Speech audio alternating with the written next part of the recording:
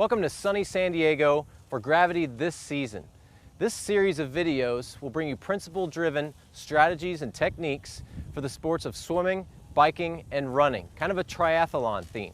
So we hope that these videos bring you innovative ways to think about how you're training your clients, whether recreationally or competitively, for any of the following sports. This segment is for running, specifically taking a look at how the upper body propels the body forward after the lower body absorbs the force. A quick review is when the foot hits the ground, the calf, the hips, the quads all help to absorb that force. The job of the upper body is to help keep the pelvis stable with the strong abdominals, and that comes in via the shoulders. So the shoulder drivers, the pectoral muscles, the pecs and obliques all functioning at the same time with a lot of activities where the pelvis is moving in one direction, the shoulders are moving in the other. All ties in very nicely.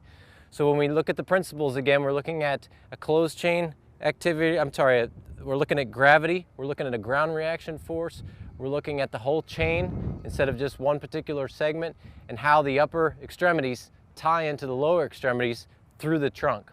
This is pretty exciting stuff. I get real amped up about this because once you understand that you've absorbed the force, then there are going to be more abdominal, hip flexors, pecs, and everything that helps to propel you forward. So we'll take a look at some of the basics of that. We'll go into some movements, and we'll kind of get goofy at the end because we're going to try some new stuff on you. Let us know if you like it or hate it. That's what we're all about here, so talk to us. Our strategy for this particular segment is to, again, stimulate the upper body, the propulsion phase of running three-dimensionally, meaning that we're going to use the sagittal plane. Although it always looks sagittal plane, we're also going to get into the frontal plane, and we're going to get into the transverse plane as well. Running is a very transverse plane sport. Like I mentioned, pelvis is going one way, the shoulders are going the other, so you're getting that opposing force. So you have all these diagonal forces across the back, across the front, that help to propel the body forward for a nice, fun run. Okay, that brings us to our techniques. We're going to start off with a runner, and oh, here we go. Ma'am, would you mind trying out the GTS here? No, not at all. So what we're going to do is we're going to go into rotary motion. You can probably guess what we're going to do. We're going to do some static equilibrium rowing. So we've got everything all set up. I'm going to pop over on this side so I can see everything clearly. Now we're going to put Nicole into a high kneeling position because she's stable. That'll allow the pelvis to move in relation to the trunk and the shoulders. So we'll start off with just an easy static equilibrium row. So this is just getting the shoulders. We really want to emphasize the shoulder movement. So we're getting nice rotation, obliques, abdominals, pectoral muscles all turned on, the back's being lengthened, really good rotation. I know that Nicole runs a lot, so we'll see a lot of success here. So we got a couple things we can tweak here. One is we can go down to low kneeling, and that's going to create more torque. That moves the fulcrum up in the spine, so we're going to get more pure torque because her pelvis is now locked into position, and that would be the same if we were in a seated position. Other things you can do that we don't have today, but you can also sit on a Bosu ball, an Airex pad, some of that foam padding, anything that just creates more instability for the pelvis to kind of float around in space. So that's exciting stuff. So if we look at this, we're going at a moderate pace. We may throw her into a full-on sprint where she goes as fast as she can. We may add load. I can add load just by pressing my hand on the glide board. That changes things up a little bit. And I can even add more load. You can add the weight bar with a few weights. And you can also change the line of pull. So if I change the pulley into the number 3 position, it's going to be a little bit different line of pull. And if I've conducted your trainings, you know that I'll tell you that life's not symmetrical. I'm going to throw the pulleys all over the place sometimes. Nicely done. All right, I'm going to move these to number 2, and we're going to move into our second technique, which is kind of an opposing force, which is going to be kind of a chest press version of what we just did. And I'm going to put Nicole in a kneeling position again on this one. It gets a little tricky when you're getting your client in a position. And what I'm going to do is just take the handles from her, and then we're going to go through that step by step because some of you may have not seen that. The easiest way to do this is to have the client kneel before the glide board's even in motion. So instead of holding the handles and anchoring in, and it's all you want are just the little toes over the glide board. Now as she sits back on her heels, I might do a little something like, all right, I'm going to move you up and down so you can kind of get your bearings. And as you press out, you know, the tendency is that people fall forward here if this is done inappropriately. So we will just kind of give her a little warm up, make sure that she's stable in that position, and then I'll bring her one handle at a time. And we're going to have the cable on the inside of the hands. If you have the cable running from the outside, you're going to get some rubbing with those cables. So almost the exact same thing, it's just the opposite. That way we kind of balance things out. We've got just kind of a general static equilibrium. And then we may go into a little bit of a high speed static equilibrium. See that? See the smile that occurs when you start to speed it up? And then what we'll do is add a little force. So maybe I'll come down here and just grab the glide board, pull it down a little bit, and make sure that she's getting good trunk rotation. And if I'm very confident in my client, which I'm very confident in Nicole right now, I might try a high kneeling version of this. Now you have to be very careful here, and I might even pop those pulleys up once, or to one level, and just have that same thing go. And now you'll notice that the hips are now able to swivel a little bit. So you reduce torque, and you improve the overall function. Now that's kind of tough stuff, isn't it? Go ahead and have a seat on your heels.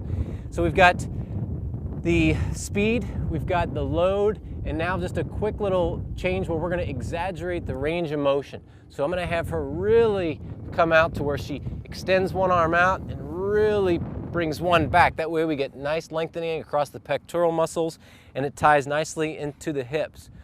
All of these motions are going to create more stability in the trunk, are going to help your runner run, and help balance out the whole process of connecting the upper body to the lower body during the run.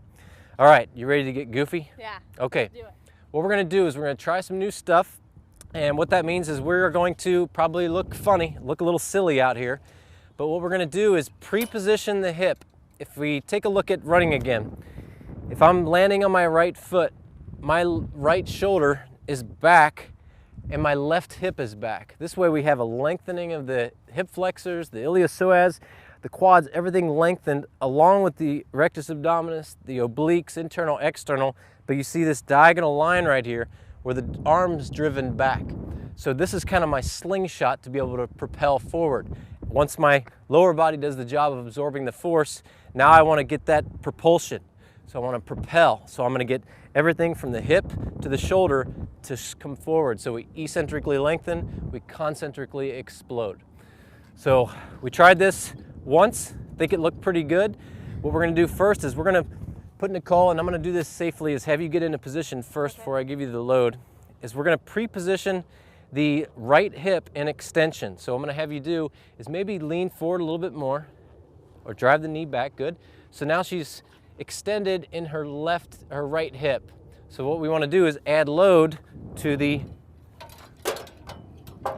right side. Okay, so I'm going to bring her this handle, kind of an unstable position. We'll get this on the inside again.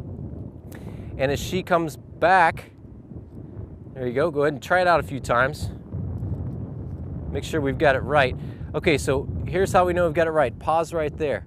The shoulder's back, the pectorals are lengthened, the obliques are lengthened, and if you go, it's kind of goofy there, if you come around to where everything attaches, the hip flexors are lengthened as well. So we have that rotary diagonal type of contraction, that eccentric lengthening, and then concentric explode. Now granted, we're not getting a bottom-up contraction with the hip flexor, but it's still lengthened, so our focus, our emphasis is back here. So maybe I just have you move in this small range. That way we get lengthen, lengthen, lengthen, and then shorten, shorten, shorten. It's fun. Yeah. Goof around a little bit with this stuff. Okay, I'll take this to make it safe, and now we'll get super goofy. So what we're gonna do is we're gonna get that leg to, we're gonna get the leg to lengthen and shorten. At the same time, we're gonna load the other arm with a medicine ball. You ready for this challenge? So what we've got here, is the same position. I can spot you here, but her foot's going to remain on the ground now. So when she presses forward, you might have to shimmy back just a little bit with the left foot. There you go. When she presses forward, the right hip has to go back because it's attached to the glide board. So you need to get enough range. So let's bring your foot back about a foot. There you go. Now let's see if that helps out. There we go. So that's what we're looking for. So now we've got the hip in more of a dynamic contraction instead of just pre-position and extension. And guess what I'm going to do with this guy? I'm going to put it in her hand, and we're going to exploit the transverse plane by drawing back, lengthening the pectoral muscles, getting a lot of momentum of mass driving through to help lengthen the obliques, lengthen the abdominals. And you can really look at this and get excited about it because, boom, you just propel forward. She propels forward, and it's very functional because you have this slingshot effect. You have all that momentum of mass going back and forth at the same exact time that your lower hip or your right hip is being lengthened. That was fun. Yeah. Nice job. I'll take the ball from you. So those are just a few kind of tidbits, ideas. Goof around, have some fun, break it down. Look at function, or look at running in two different functions, the upper body, the lower body. You'll understand, you'll see that the lower body absorbs a lot of the force. The upper body, along with the hip flexors, help to propel you forward. Just like I'd mentioned before, there's not one type of running that's right for everybody. Sometimes you see people that run more in the frontal plane. You see those guys out there, and sometimes the feet are what are causing that. You see the big sagittal plane drivers. Sometimes you see people's feet turned in or turned out a little too much. So everybody's engineered a little different way, so everybody should probably run a way that works for them.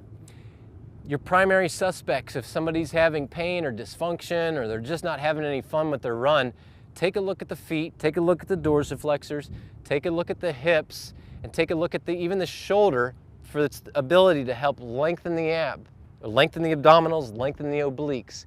If all that comes together, where when you're taking a nice jog and you can feel your butt turning on, you can feel your abdominals turning on, and your big toe, as Gary Gray put it, the 3 Bs, the big toe, the belly, and the butt. Once you get those guys sequencing in time, then you might be experiencing that runner's high where everything feels efficient, you're rolling smoothly, and you're having a good time on your run.